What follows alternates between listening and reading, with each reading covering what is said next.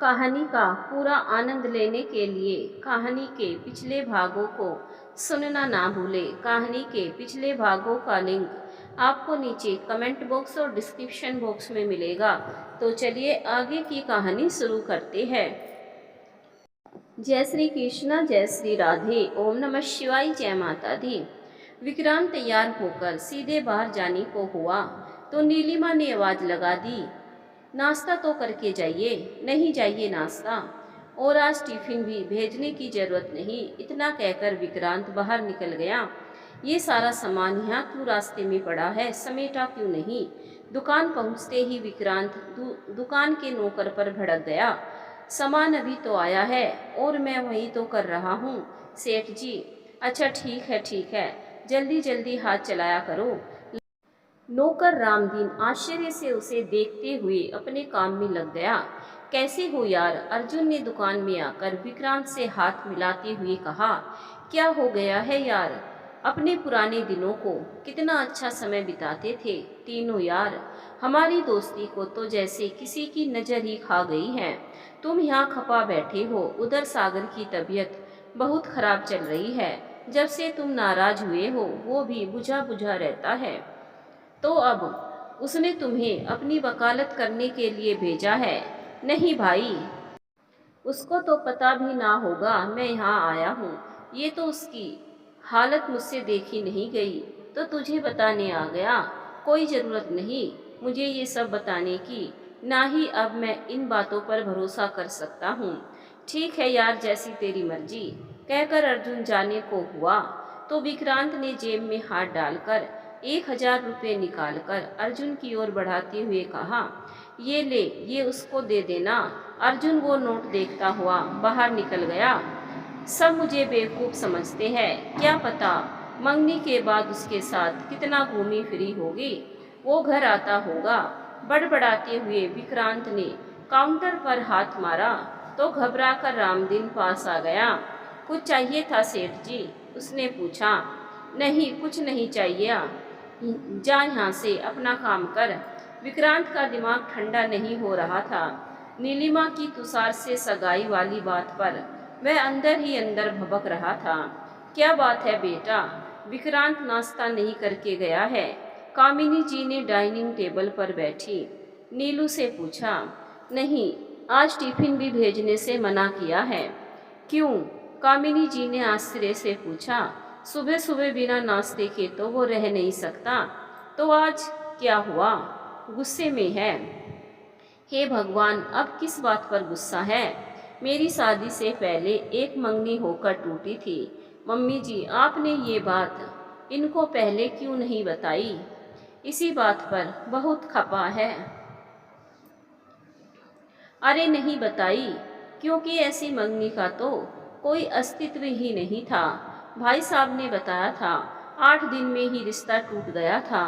तो क्या बताना था उसे? ये भी कोई बात है? ये लड़का भी ना। हाँ, लेकिन उनको लग रहा है, छुपाया क्यों उनसे? पागल है पूरा। तुझे कुछ ज़्यादा तो नहीं कहा उसने? मैं बात करती हूँ, आज आने दे उसे रात में। चल तू तो नाश्ता निकाल, हम तो खाए। जी, मैं आपके लिए गरम पराठा लाती हूँ, कहकर नीलू किचन में चली गई। हद है इस लड़के की, कोई न कोई बात निकालकर नीलू को दुख देता रहता है। और एक वो है प्रशांत, उसकी छोटी बहन को भी इस घर में लाने का सोच रहा है। कामिनी जी अपने आप से ही बड़बड़ाई। अबे अच्छी तरह फेंट पत्ते। सागर 2 और आवारा से लड़कों के साथ फुटपाथ पर बैठकर जुआ खेल रहा था और लगातार हारने से बौखला रहा था। ये ले, आखिरी भी बारी गई हाथ से। साला आजकल किस्मत ही खराब चल रही है, वह झल्लाया। अरे तू यहाँ बैठा है? अर्जुन उसके पास आता हुआ बोला। हाँ, अब तू भी जले पर नमक छिड़क ले। और कहाँ जाकर बैठूं अब? देख, मैं तो तेरे खातिर विक्रांत के पास तेरी सिफारिश लेकर गया था और तेरे लिए पैसे निकलवा कर लाया हूँ। अच्छा, ये बात हुई पते की। सागर खुश होता हुआ बोला, ला पहले पैसे इधर कर। अर्जुन ने अपनी पॉकेट से निकालकर नोट उसकी हथेली पर रख दिए। इसका मतलब है विक्रांत का दिमाग ठंडा हो गया है और मेरा उसके पास जाने का टाइम भी आ गया है। अरे नहीं, वो तो बहुत नाराज है अभी भी। मुझे नहीं लगता अब वो तुझे घास डालेगा। तू मुझे नहीं जानता, अभी तो देख मैं उसे कैसे कैसे चक्रों में उलझाता हूँ।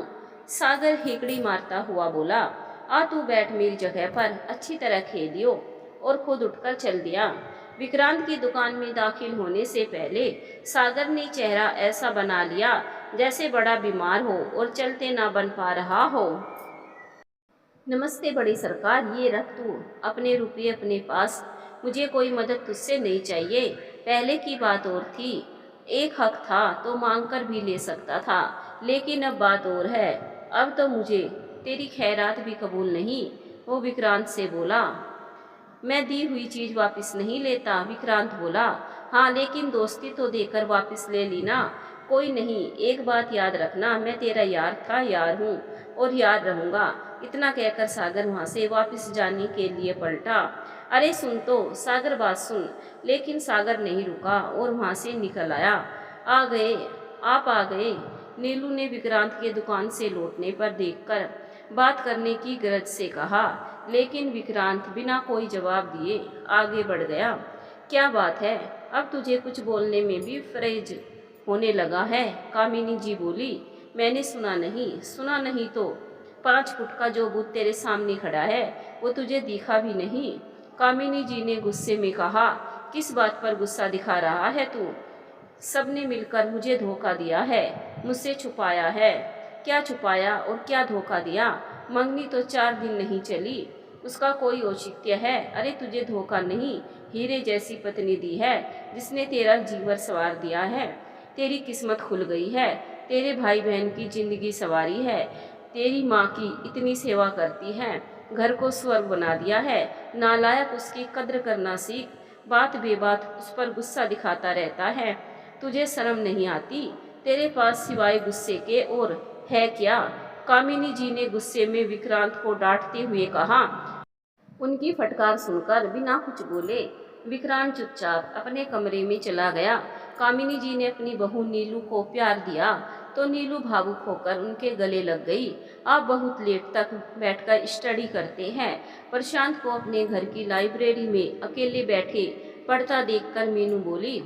ओ हाँ, पढ़ाई करते समय का ध्यान ही नहीं रहता, चलता हूँ मैं, कहकर प्रशांत अपना बैग उठाकर बाहर निकलने लगा। आपके घर का फोन नहीं लग रहा, नीलू दी का मोबाइल भी कल से बंद आ रहा है, मीनू ने चिंतित स्वर में कहा। वो तो घर का फ़ोन तो खराब पड़ा है, मैं भाभी से कह दूंगा आपको फ़ोन करने के लिए। लेकिन मीनू असमंजस में वहीं खड़ी रही। क्या बात है, कोई ख़ास बात हो तो आप मुझसे कह सकती हैं, मैं भाभी से कह दूंगा, आप मुझ पर भरोसा कर सकती हैं। मीनू को टेंशन में देखकर प्रशांत बोला। वो आप दी से कह दीजिएगा कि पापा कल अंकल के साथ मेरे लिए रिश्ता देखने जा रहे हैं, लेकिन मैं शादी नहीं करना चाहती हूँ। मेरा मतलब अभी नहीं करना चाहती हूँ, अभी तो मैं पढ़ना चाहती हूँ, वो हड़बड़ा कर बोली। हाँ, मैं भी यही चाहता हूँ, मेरा मतलब आपको भी पढ़ना चाहिए, प्रशांत ने भी तपाक से कहा और फिर खुद से ही घबरा गया। दोनों के चेहरे पर शर्मीली सी मुस्कान तैर गई। प्रशांत मन ही मन मुस्कुरा रहा था। मीनू से हुई बात को लेकर उसे इतना तो समझ आ गया था कि दीदी के नाम के बहाने से उसने दरअसल उसी को अपना मैसेज दिया है। वो भी उसे पसंद करती है और यही बात उसे गुदगुदा रही थी। विक्रांत को कमरे में गुस्से से इधर से उधर चक्कर लगाते देख नीलू बोली, थोड़ा पानी पी लीजिए। नहीं चाहिए मुझे पानी, विक्रांत गुस्से से बोला। वैसे पानी पीने से गुस्सा ठंडा हो जाता है, दिमाग शांत हो जाता है, नीलू ने सरलतापूर्वक कहा। नहीं करना मुझे दिमाग ठीक, मैं कुछ हूँ ही नहीं। माँ को लगता है तुम्हारे कारण मेरी किस्मत खुली है, जैसे तुम ना मिलती तो मुझे कोई लड़की ही ना मिलती। अरे वो तो उन्होंने मेरे प्यार में ऐसा बोल दिया है, उनका मतलब ये नहीं था, नीलू ने शांत कराना चाहा। प्यार नहीं, तेरी चालाकियाँ है सारी। और सिगरेट निकालकर सुलगाने लगा। अच्छा ठीक है, मेरी चालाकी सही, लेकिन अब ये क्या कर रहे हो? अंदर के गुस्से में अपना बाहर क्यों जला रहे हो? सिगरेट अच्छी चीज नहीं है। तुम मेरी मास्टरनी मत बना करो। कई बार कहा है तुम्हें, मास्टरनी नहीं बन रही, सच बता रही हूँ। सिगरेट से दांत सड़ने लगते हैं, चेहरे का रंग उतरने लगता है। नीलू फिर प्यार भरी आवाज में बोली, होने दो जो होता है, तुमसे मतलब। और गुस्से में सिगरेट भी एस्ट्रे में फेंक दी।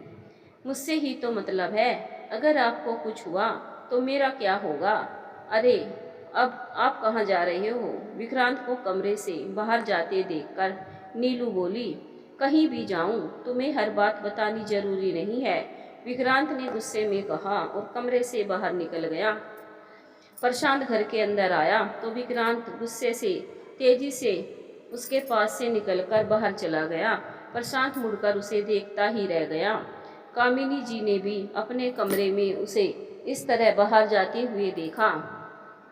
माथे पर हाथ मारकर पलंग पर बैठ गई। तभी प्रशांत कामिनी जी के पास आया। माँ, ये भाई को क्या हुआ है? इस समय कहाँ गए? क्या बताऊं, अब नया पंगा शुरू हो गया है कि नीलू की एक बार मंगनी पहले हुई थी, तो बताया क्यों नहीं? बस इसी बात पर गुस्सा हो गया है। मैंने तो इसलिए कहा था कि भाई को बता दो। मंगनी का कौन सा कोई अस्तित्व होता है? इतनी सी बात का बतंगड़ बनाकर बैठ गया है। कामिनी जी ने कहा, इसीलिए तो मैं कह रहा हूँ, मेरी मीनू के साथ सगाई कर दो। अरे अब इसमें इन सब में मीनू कहाँ से आ गई? तुझे मैंने पहले भी कहा है, ऐसा कभी नहीं होगा। मगर ऐसा क्यों नहीं हो सकता है? ऐसा क्या कारण है?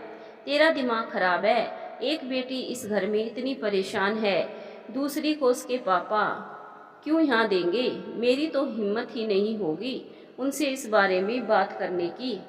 लेकिन माँ, मैं भाई जैसा थोड़ी हूँ, उसका भाई तो है ना। और फिर है क्या तू? अभी पढ़ाई पूरी नहीं हुई, काम धंधा कुछ करता नहीं, किस बात के दम पर उनसे बात करे? जा पहले कुछ बनकर दिखा, फिर आना मेरे पास। अलका, तुम्हारी सास का फोन आया था। रेखा ने कमरे में आकर कौशल्या के साथ बैठी अलका से कहा, वाह, याद आ गई उन्हें अपनी बहू रानी की। देखा, दिमाग ठिकाने लग गया ना आखिर, कौशल्या ने व्यंग्य करते हुए कहा। वो कह रही थी अलका को आकर अब अपना घर संभालना चाहिए, उसे अब इस घर को अपना घर समझ के रहना चाहिए। अगर वो उसे अपना घर समझने को तैयार है तो हम उसे लेने आ जाएंगे। लगता है शारदा मैडम की नौकरानी ने छुट्टी ले ली है, इसीलिए उन्हें तुम्हारी याद आ गई है कि बहू आ जाए और घर के सारे काम करे। कौशल्या ने फिर भड़काते हुए अलका से कहा। मैंने नहीं जाना वहाँ, अलका बोली। अलका देखो, तुम्हारा घर अब वही है, तुम्हें अपने ससुराल को ही अब अपना घर समझना चाहिए, और ससुराल में काम तो करना ही पड़ता है ना, तुम्हें इन बातों को अब समझना चाहिए। रेखा बोली, तुम तो चुप ही रहो मेरी फूल सी बेटी, तुम्हारी आंखों में चुभ रही है, जो उसके पीछे पड़ी हो उस नर्क में चली जाए, कौशल्या ने तुनक कर कहा। और आप ये क्या साजिशें रच रही है, जो मेरी सास के साथ जब देखो फोन लगाकर बैठी रहती हैं? आप अपने काम से काम रखो ना। अलका ने भी रेखा को झिड़क दिया। आपको तो देखते ही मैं समझ गया था किसी बहुताला परिवार से है। आपकी पर्सनैलिटी, आपका सामान, हर चीज में एक विशेष अंदाज झलकता है। अब आप हमारे मोहल्ले में आ ही गई है तो हमें भी जान जाएगी ही। सागर चापलूसी भरे अंदाज में उनके मोहल्ले में के पास एक घर में नई किराएदार से मिलने पहुंच गया और रेशमा की चापलूसी में लगा हुआ तारीफों के पुल बांधते हुए बोला, जी हमारा ताल्लुक ही ऐसे खानदान से है जहाँ हम हर किसी से मेल जोल नहीं बढ़ाते, बड़ा परखने और अपने बराबर के लोगों में ही हमारा उठना बैठना होता है। रेशमा ने भी बड़ी अदा से जवाब दिया, बस अब यहाँ मेरी तीनों बेटियों का मन रम जाए तो मेरी चिंता खत्म हो जाए। रईशी तो आपके चेहरे को देखते ही समझ आ जाती है, आप बेफिक्र होकर रहे। आपकी हर जरूरत को पूरा करने का जिम्मा आज से हमारा। आपकी बेटियों का मन लगाने के लिए भी हम मौजूद है, सागर ने कहा। ये लीजिए जनाब, आपके लिए चाय और साथ में ये बिस्किट भी। रेशमा की नौकरानी सबनम ने आकर चाय बिस्कुट की ट्रे सागर के सामने रखते हुए कहा, बिस्कुट तो आपके वाह उम्दा क्वालिटी के है, अब चाय भी पीकर देखते हैं आपके यहाँ की चाय कैसी है। बड़ी शान से बिस्किट के साथ चाय की चुस्कियाँ लेता सागर बोला, मैडम जी वो घर में किराना ग्रोसरी कुछ भी नहीं है, ऊपर से तीनों साहबजादियाँ नाराज हो रही है कि उनको उन्हीं ब्रांड का शैम्पू तेल साबुन चाहिए जो वो हमेशा से यूज करती है। तो क्या करूं? सबनम ने रेशमा से कहा, हमें तो यहाँ ठीक से कुछ पता भी नहीं कहाँ से सामान लाना होगा। अजी आपको ये मुश्किल भी हम हल किए देते हैं। बड़ा बाजार में मेरे यार विक्रांत की सबसे बड़ी शॉप है, आप तो बस लिस्ट बना लो, सारा सामान मिल जाएगा। मेरा नाम बता देना, घर तक पहुंचा जाएगा सारा सामान, वो भी एकदम उम्दा क्वालिटी का। लेकिन मेरी बेटियां सिर्फ ब्रांडेड सामान ही लेती हैं। आप बेफिक्र रहे, सब कुछ ब्रांडेड ही मिलेगा। आप तो इनको लिस्ट के साथ कल वहाँ भेज देना, और कोई काम हो तो बंदा हाजिर है। जी बहुत बहुत शुक्रिया, आपने हमारा बड़ा मसला हल कर दिया है।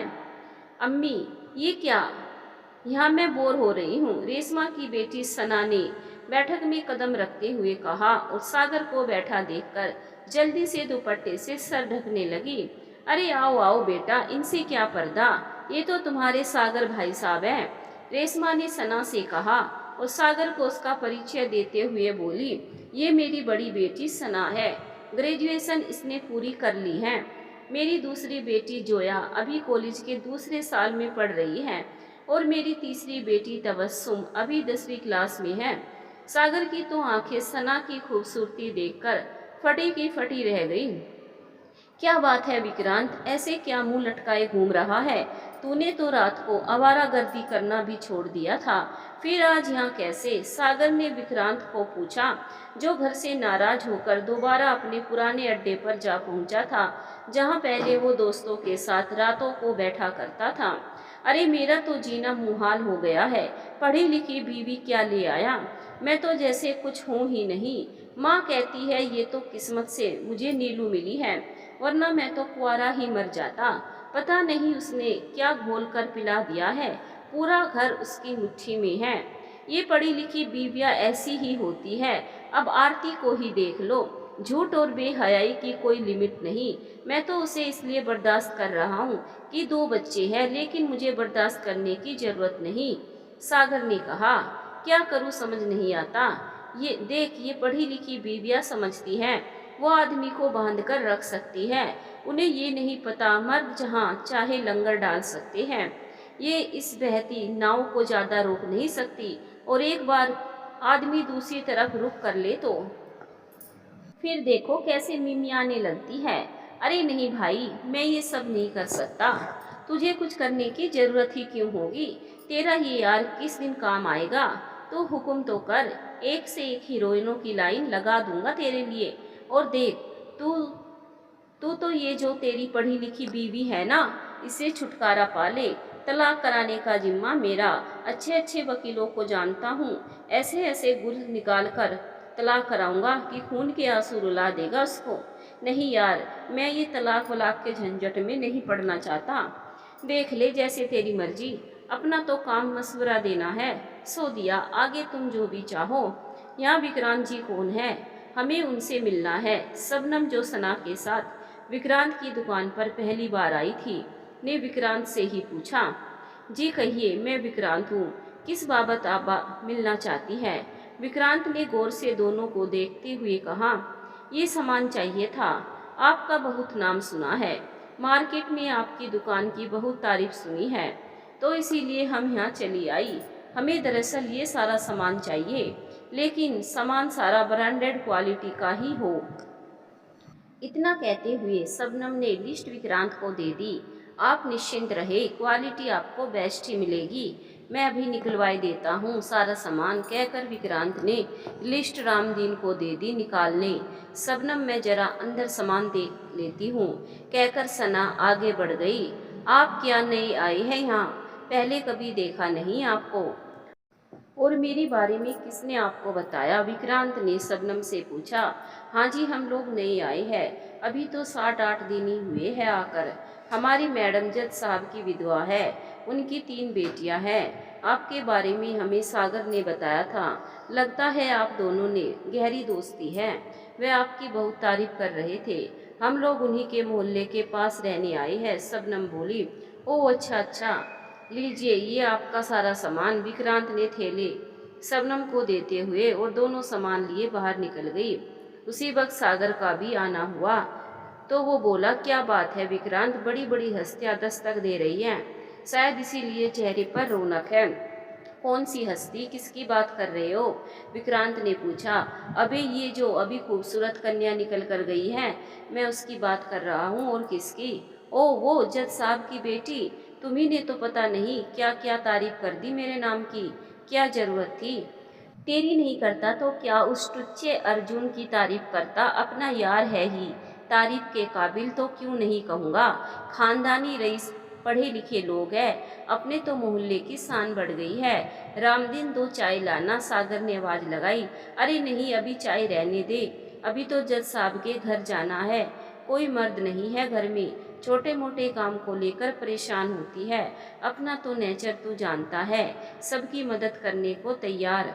तो वहीं जा रहा हूँ, चाय भी वहीं पी लूँगा। इतना कहकर सागर बाहर निकल गया। भाभी आप यहाँ बैठी है? प्रशांत बाहर आया तो देखा नीलू वहाँ बैठी हुई सिलाई का काम कर रही है, तो उसने पूछ लिया। हाँ बस यूं ही, तुम्हारे भाई की शर्ट पर बटन टाँक रही थी, आ जाओ तुम। भाभी, कल आपकी बहन ने आपके लिए एक मैसेज दिया था। अच्छा, अरे तो फ़ोन कर लेती थी। किया था, लेकिन अपना तो लैंडलाइन खराब पड़ा था ना। और वो कह रही थी कि आपका मोबाइल भी बंद आ रहा था। ओ हो, तुम लैंडलाइन जल्दी से ठीक करा दो। नीलू बोली, मुझे तो ध्यान ही नहीं रहा। लेकिन आपका मोबाइल क्यों बंद आ रहा है? मीनू ने बताया, वो कल से ट्राई कर रही थी। मोबाइल तो तुम्हारे भाई साहब ने गुस्से में तोड़ दिया। खैर, क्या मैसेज दिया उसने? वो कह रही थी कि अंकल अपने किसी फ्रेंड के साथ उसके लिए आज रिश्ता देखने जाने वाले हैं, लेकिन वो अभी शादी नहीं करना चाहती। अरे पापा को भी क्या जल्दी पड़ी है, पहले उसकी पढ़ाई तो पूरी हो जाए। हाँ, और मेरी भी, प्रशांत ने तपाक से कहा। फिर उसे एहसास हुआ वो क्या बोल गया। वो झट से बोला, मेरा मतलब है आपकी बहन को अपनी पढ़ाई पूरी करनी चाहिए। नीलू प्रशांत की मनसा भाप गई थी, लेकिन मजा लेने के लिए उसने कहा, तुम्हारा मतलब है उसकी पढ़ाई पूरी हो जाए तो फिर वो कहीं भी शादी कर सकती है। लेकिन इस सब में तुम्हारी पढ़ाई की बात कहाँ से आई? हाँ नहीं, मेरा मतलब था, मैं भी तो पढ़ रहा हूँ ना, प्रशांत हड़बड़ा कर बोला। मतलब यही ना, तुम्हारी पढ़ाई से उसकी शादी का कोई कनेक्शन नहीं है ना? ठीक है, तुमने वैसे कहा ना, कोई और बात तो नहीं है ना? नीलू ने मंद सी शरारती मुस्कान से कहा। भाभी, आप सब समझ रही है तो फिर क्यों पूछ रही है? प्रशांत ने शर्माकर सर खुजाते हुए कहा। तो क्या चाहते हो? साफ साफ कहो वरना। नीलू के कहते ही प्रशांत बोला, भाभी मुझे मीनू पसंद है, और मैंने तो माँ से भी कहा था, लेकिन माँ इस रिश्ते के लिए राजी नहीं है। अरे क्या मम्मी जी को मीनू पसंद नहीं है? नहीं भाभी, वो बात नहीं है। उनका कहना है एक बहन इस घर में इतनी परेशान है तो दूसरी बेटी अंकल क्यों देंगे इस घर में। ओ माँ भी, बस तुम चिंता ना करो, मैं खुद बात करूँगी माँ से भी और तुम्हारे भाई से भी। लेकिन अंकल तो आज रिश्ता देखने जाने वाले हैं, प्रशांत चिंतित स्वर में बोला। वो सब तुम मुझ पर छोड़ दो, पापा मुझसे बात किए बिना कोई डिसीजन नहीं लेंगे। अब तुम ये सब छोड़ो और अपनी पढ़ाई पर ध्यान दो। घर की लाइब्रेरी में मीनू और प्रशांत यूं तो आमने सामने किताबें खोले पढ़ाई कर रहे थे, लेकिन दोनों का ध्यान एक दूसरे की ओर ही था। दोनों चुपके चुपके एक दूसरे की नज़र बचाकर एक दूसरे को ही निहार रहे थे। तभी दीपेंद्र जी ऑफिस से लौटे तो आवाज़ लगाते हुए बोले, मीनू बेटा, एक कप चाय बना लाना। जी पापा, कहकर वह जल्दी से अपनी नोटबुक वहीं छोड़कर बाहर जाने को हुई तो प्रशांत से भी पूछ लिया, आप चाय लेंगे? आपके हाथों से तो जहर भी खाकर मरने को तैयार हूँ। प्रशांत ने शरारत भरी मुस्कान के लिए कहा। छी, मरे आपके दुश्मन। मीनू तुरंत बोल पड़ी और फिर अपनी ही बात पर शर्मा गई। अच्छा, मैं चाय लाती हूँ, कहकर वह चली गई।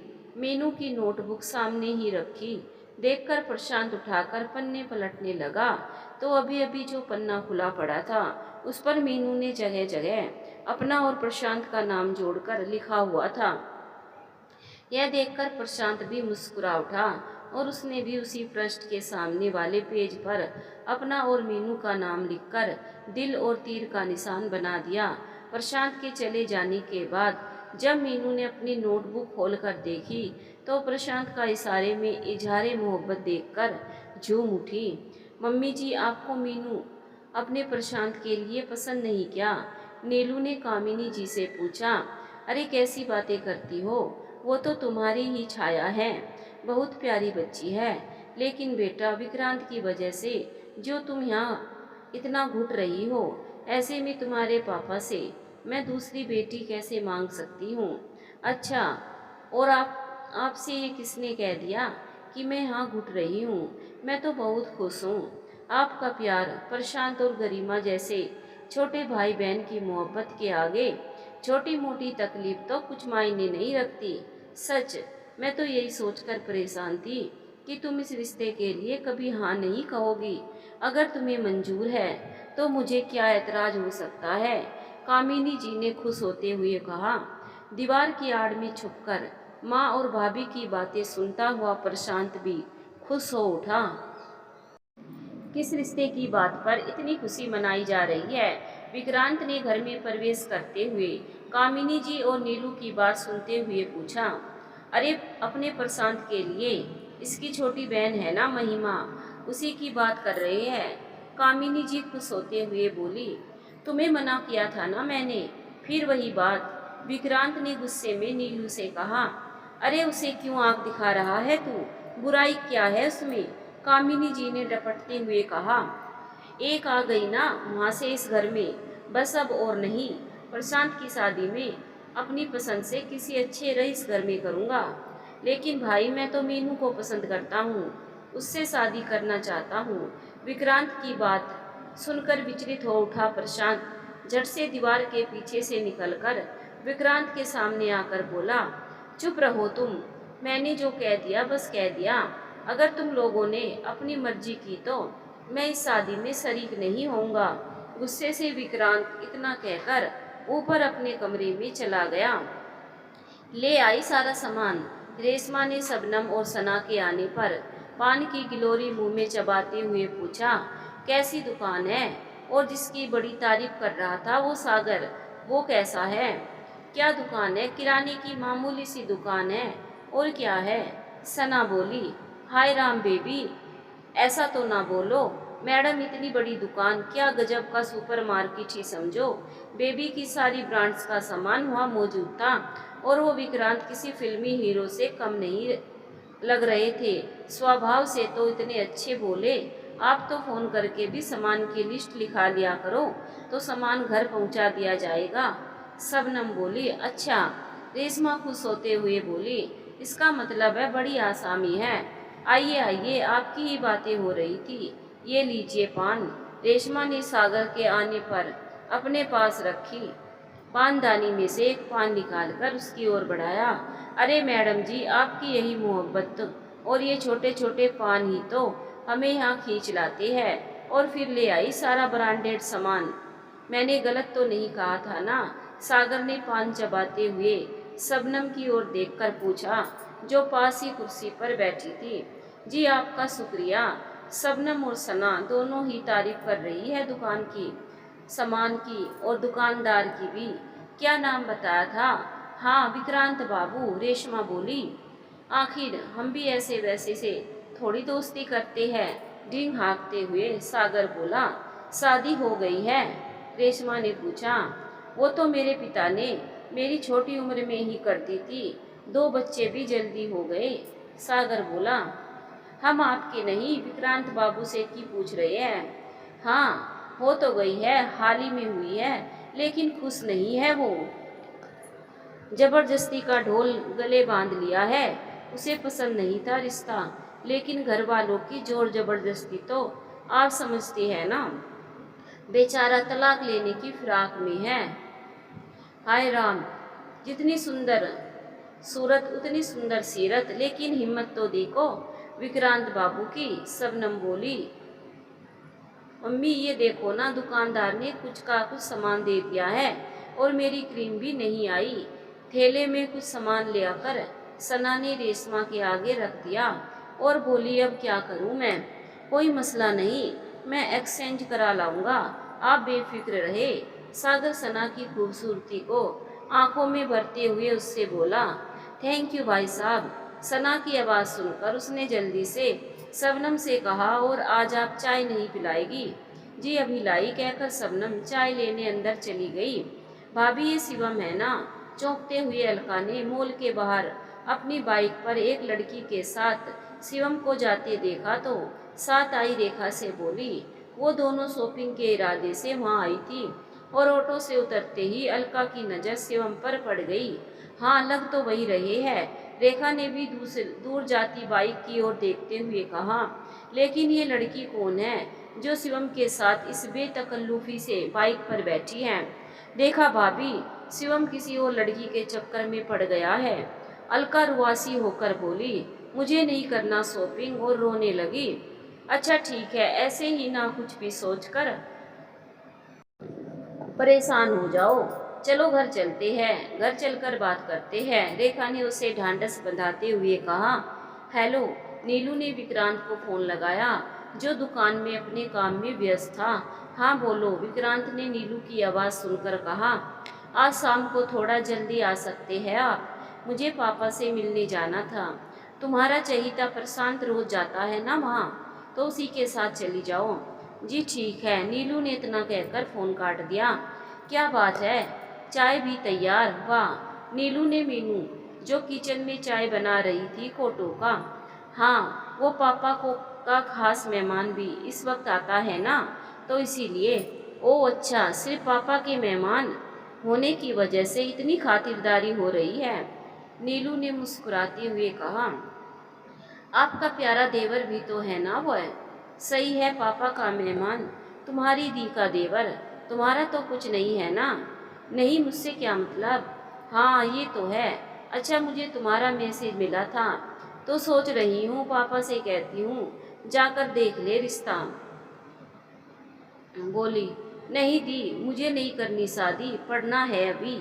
पढ़ाई तो शादी के बाद भी कर सकती हो ना, तो बस, और कोई बात हो तो मुझे बता सकती हो। वैसे मैं तो सोच रही थी कि प्रशांत और तुम्हारी पढ़ाई पूरी हो जाए तो फिर। हाँ ना, मैं भी यही, मेरा मतलब। वो शर्मा गई और चाय की ट्रे लेकर अंदर चली गई। नीलू समझती थी कि मीनू भी प्रशांत को पसंद करती है। वो अंदर पापा के पास जा बैठी। चाय की चुस्की लेते हुए दीपेंद्र जी बोले, और सुनाओ बेटा, तुम्हें कुछ कहना था? हाँ पापा, मैं सोच रही थी कि अगर प्रशांत और मीनू का रिश्ता हो जाए तो कैसा रहे? मैं समझा नहीं, ये अचानक इन दोनों के बारे में तुम क्यों कह रही हो? पापा, दरअसल दोनों एक दूसरे को पसंद करते हैं। आप तो रोज प्रशांत को देख ही रहे हैं। बहुत सुलझा हुआ लड़का है, दोनों की पढ़ाई भी एक सी है, तो अगर ये दोनों साथ होंगे तो दोनों के लिए ही अच्छा होगा।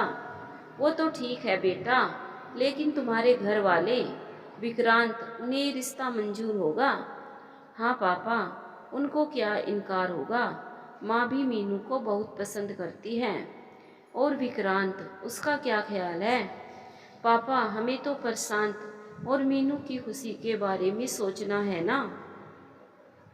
देखो बेटा, विक्रांत घर का बड़ा है, उसकी राय बहुत मायने रखती है। इस रिश्ते को तभी आगे बढ़ाएंगे जब विक्रांत खुद से इसके लिए तैयार होगा। हाँ, तब तक मैं ये कर सकता हूँ कि फ़िलहाल मीनू के लिए कहीं और रिश्ता ना ढूंढा जाए। दीपेंद्र जी ने गंभीरतापूर्वक कहा। थैंक यू पापा, बस मैं भी यही चाहती हूँ। अरे ये कोई शरीफों का व्यवहार है।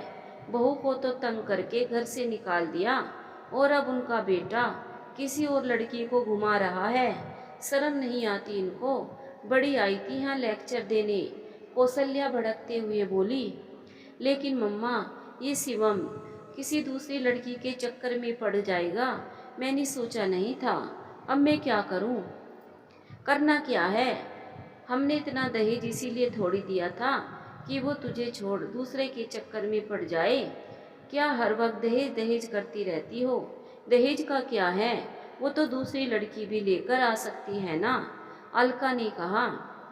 तो तुम क्या चाहती हो? उस घर में वापस जाकर नौकरानी बनकर रहना? कौशल्या बोली।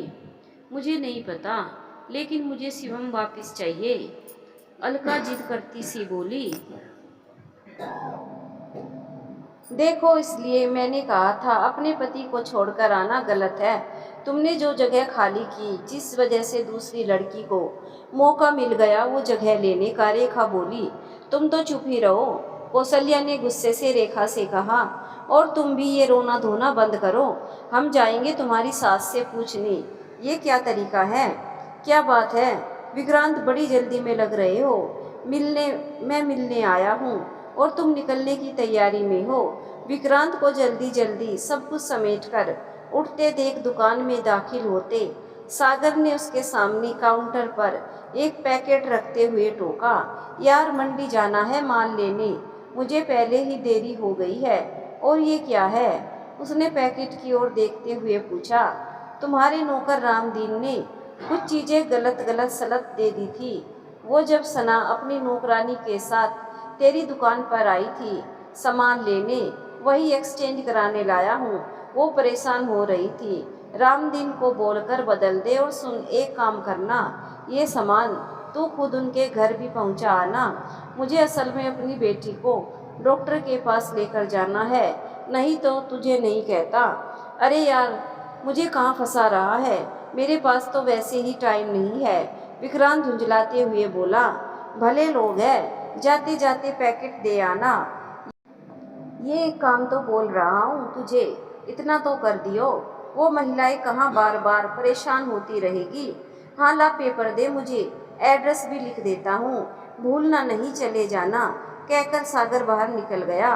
विक्रांत अपनी बाइक पर ढूंढता ढूंढता उस एड्रेस पर जा पहुँचा।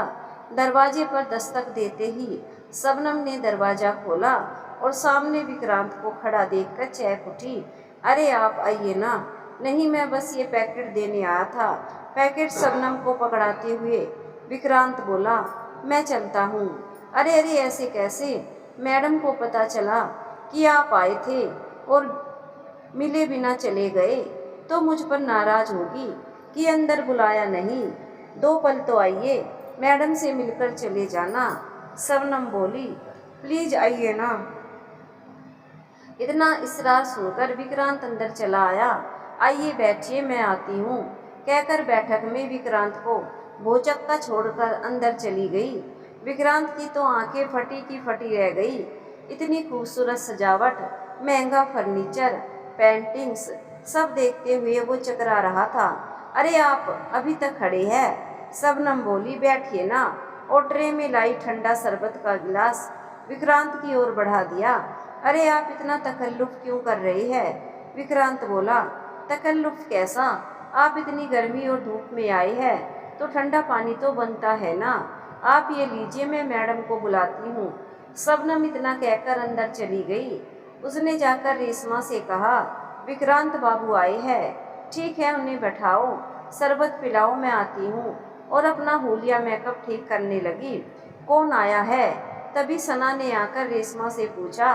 विक्रांत आया है, वो ग्रोसरी शॉप वाला। ओ अच्छा विक्रांत बाबू, मैं भी चलती हूँ साथ। सना ने कहा। नहीं, अभी नहीं, पहले मैं उससे मिल लूँ, परख लूँ, फिर देखूंगी तुझे मिलाना है या नहीं। तुम अपना हुलिया तो अच्छा रखा करो, बाल जरा अच्छे से संवार लेना, कहकर रेशमा बैठक की ओर बढ़ गई। नमस्कार विक्रांत जी। रेशमा ने बैठक में जाकर विक्रांत से मुलाकात की। आपकी बहुत तारीफ करते हैं सागर जी। वो तो दोस्ती में ऐसे ही बस कुछ भी कहता रहता है। हमारी बेटी सना भी आपकी बहुत तारीफ कर रही थी।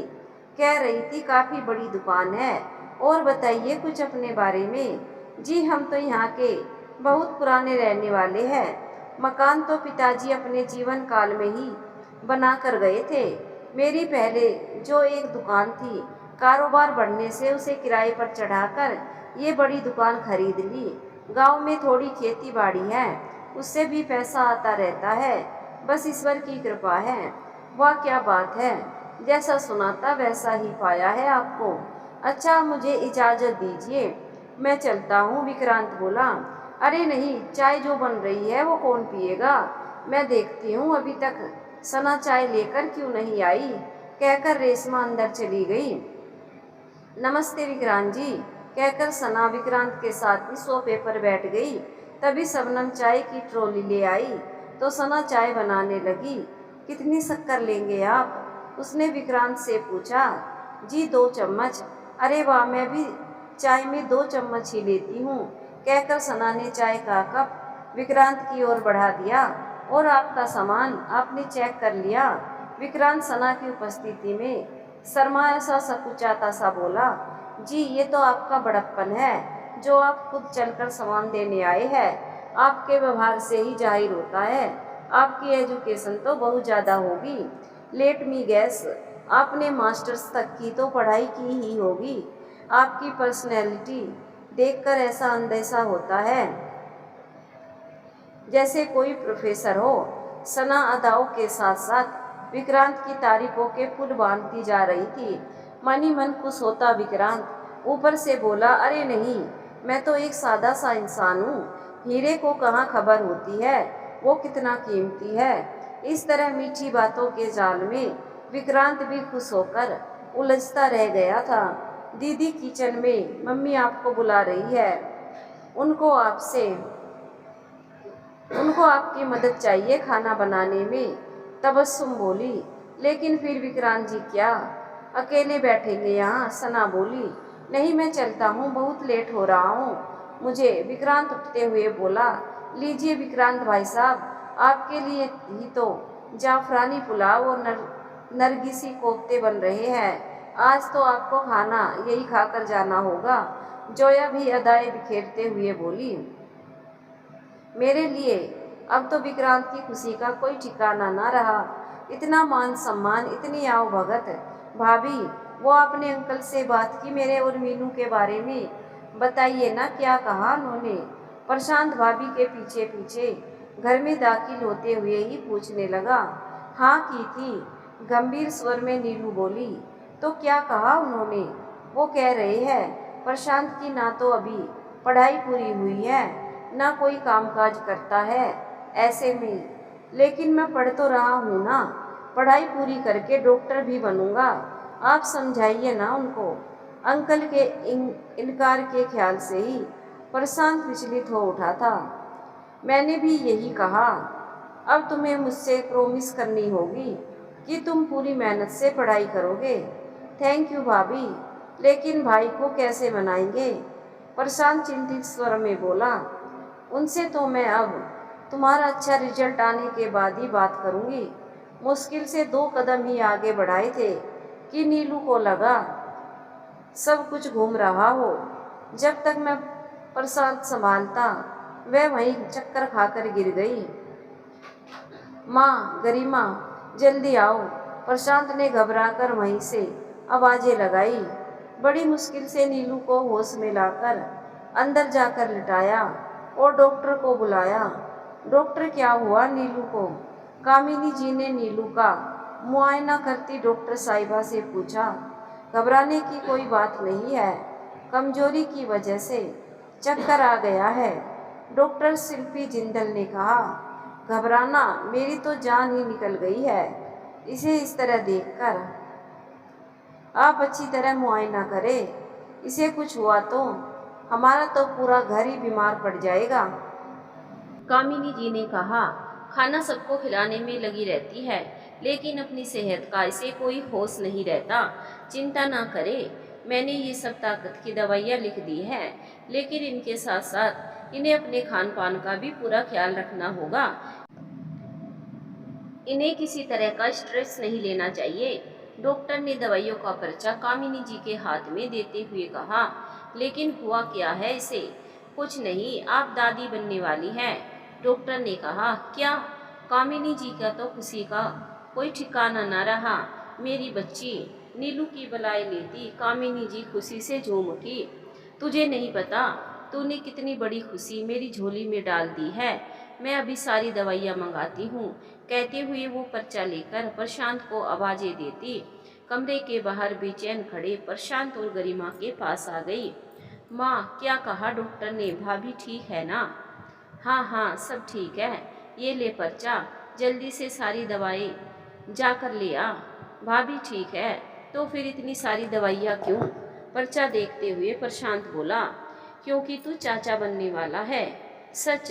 प्रशांत और गरिमा आकर माँ से लिपट गए। हाँ, जल्दी से भाई को भी फोन लगा, जल्दी घर आ जाए। इतनी बड़ी खुशखबरी है, उसे भी तो पता हो। फोन की घंटी तो जा रही है, लेकिन भाई फोन नहीं उठा रहे। शायद दुकान में ना हो। गरिमा बोली। हो सकता है मंडी गए हो। कितनी बार कहा है उन्हें मोबाइल ले ले, लेकिन किसी की सुनते कहाँ है भाई। मैं खुद ही जाकर देखता हूँ, कहकर प्रशांत दवाइयाँ लेने बाहर निकल गया। रामदीन भाई कहाँ है? दुकान पहुंचकर प्रशांत ने दुकान के नौकर से पूछा। पता नहीं छोटे सेठ जी, काफी समय से निकले हुए हैं, कुछ बताकर नहीं गए। ठीक है, आएंगे तो बोल देना, माँ ने जल्दी घर बुलाया है।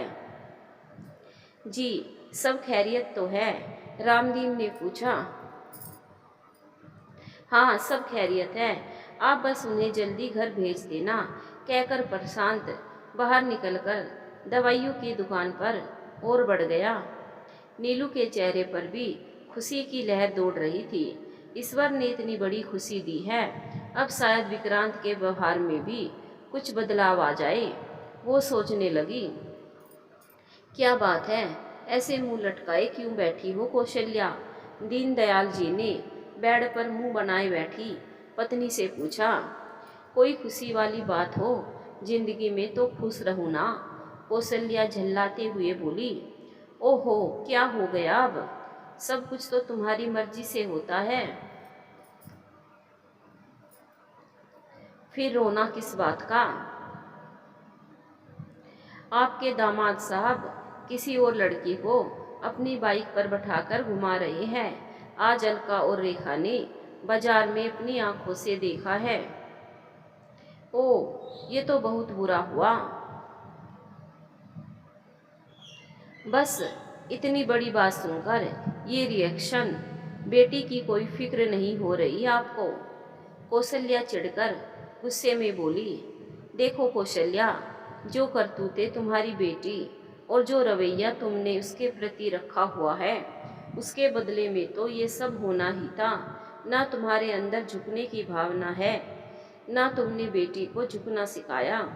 उसे समझा बुझाकर वापस भेजने की बजाय तुम उसे उल्टी पट्टियाँ पढ़ाए रहती हो। तो ऐसे में कोई क्या कर सकता है? हर चीज डंडे की चोट पर तो नहीं हो सकती ना। दीनदयाल जी ने सख्त शब्दों में लेकिन समझाते हुए कहा।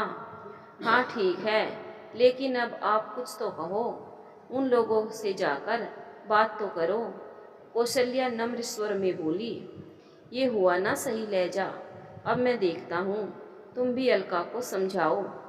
अरे आपने ये नरगिसी कोफ्ते तो लिए ही नहीं। सना ने बड़े प्रेम से कोफ्ते का डोंगा विक्रांत की ओर बढ़ाते हुए कहा। डाइनिंग टेबल पर रेशमा और तीनों बेटियों संग डिनर करते विक्रांत की पुरजोर आवभगत में लगी हुई थी और विक्रांत अंदर ही अंदर खुश हो रहा था। इतनी रात हो चुकी है, अभी तक विक्रांत वापस नहीं लौटा। मैं तो तंग आ चुकी हूँ इसकी आवारागर्दी से। कामिनी जी बड़बड़ाते हुए अपने कमरे में चली गई। आज ही इनको इतना लेट होना था, पता नहीं इनके आवारा दोस्तों से कब इनका पीछा छूटेगा। नीलू भी विक्रांत के इंतजार में बाहर आकर बैठी सोच रही थी। तभी बाइक की आवाज़ आई और विक्रांत घर में दाखिल हुआ। उसके चेहरे से उसकी खुशी साफ झलक रही थी। कहाँ रुक गए थे आप? आज बहुत लेट हो गए। चलिए मैं खाना निकालती हूँ। नहीं खाना मुझे। देखिए मैंने भी अभी तक नहीं खाया है। चलिए साथ में खाते हैं, नीलू ने प्यार से कहा। ये मेरे लिए भूखा रहने को किसने कहा तुम्हें? मैं खाना खा कर आया हूँ। पता तो है तुम्हें, मैं अपने दोस्तों के साथ कहीं भी खा लेता हूँ, तो मुझ पर एहसान जताने की कोई ज़रूरत नहीं। आज आपकी पसंदीदा दाल मखनी बनाई थी। तुम्हें पता है मैं क्या खाकर आया हूँ? जाफरानी पुलाव, नरगिसी कोफ्ते, गाजर का हलवा। इन सब के सामने तुम बात कर रही हो दाल की? आहा! मजाक उड़ाता विक्रांत घर के अंदर अपने कमरे की ओर बढ़ गया। नीलू उसके पीछे पीछे कमरे में गई। विक्रांत ने जैकेट उतारकर वहीं पलंग पर फेंकी और जूतों समेत पलंग पर जाकर लेट गया। उफ, आपकी इन आदतों में कब बदलाव आएगा? ना बाहर से आकर मुंह हाथ धोते हैं, ना ब्रश करते हैं। जूतों समेत पलंग पर कौन सोता है? नीलू बड़बड़ाई। अच्छा सुनो, मुझे आपको एक बात बतानी थी। देखो मैं बहुत थका हुआ हूँ। अब तुम्हारी बातें सुनने की मेरी हिम्मत नहीं। मुझे शांति से सोने दो। नीलू उसका मुंह देखती रह गई। सुनो, मैंने कल रात भी कहा था, मुझे आपको कुछ बताना है। सुबह सवेरे आईने के सामने खड़ा होकर तैयार होते हुए विक्रांत से नीलू ने कहा, मुझे पता है तुम्हारे पास क्या बातें हैं बताने की। गैस सिलेंडर ख़त्म हो गया, प्रशांत की किताबों के लिए पैसे चाहिए, बाथरूम का नल ठीक कराना है, घर में पेंट कराना है, माँ की दवाई लानी है, गुड्डी को नई ड्रेस दिलानी है। कुछ नया नहीं ये सब मेरे लिए। तुम्हारे पास इन सब से अलग कुछ नहीं होता है। नहीं, ये सब नहीं, मुझे कुछ और बताना है, लेकिन मुझे कुछ नहीं सुनना है। मुझे बहुत काम है, दुकान जल्दी जाना है। तुम सुबह सुबह मेरा दिमाग मत खाओ। जाओ जाकर मेरा नाश्ता बनाओ, विक्रांत ने आधे सात्मक स्वर में कहा। खड़ी क्या हो, जाओ नाश्ता लगाओ जल्दी। आगे की कहानी सुनने के लिए चैनल को सब्सक्राइब जरूर करें, वीडियो को लाइक भी ज़रूर करें, वीडियो को शेयर भी ज़रूर करें। हमें कमेंट करके ज़रूर बताएं आपको कहानी कैसी लगी। धन्यवाद दोस्तों।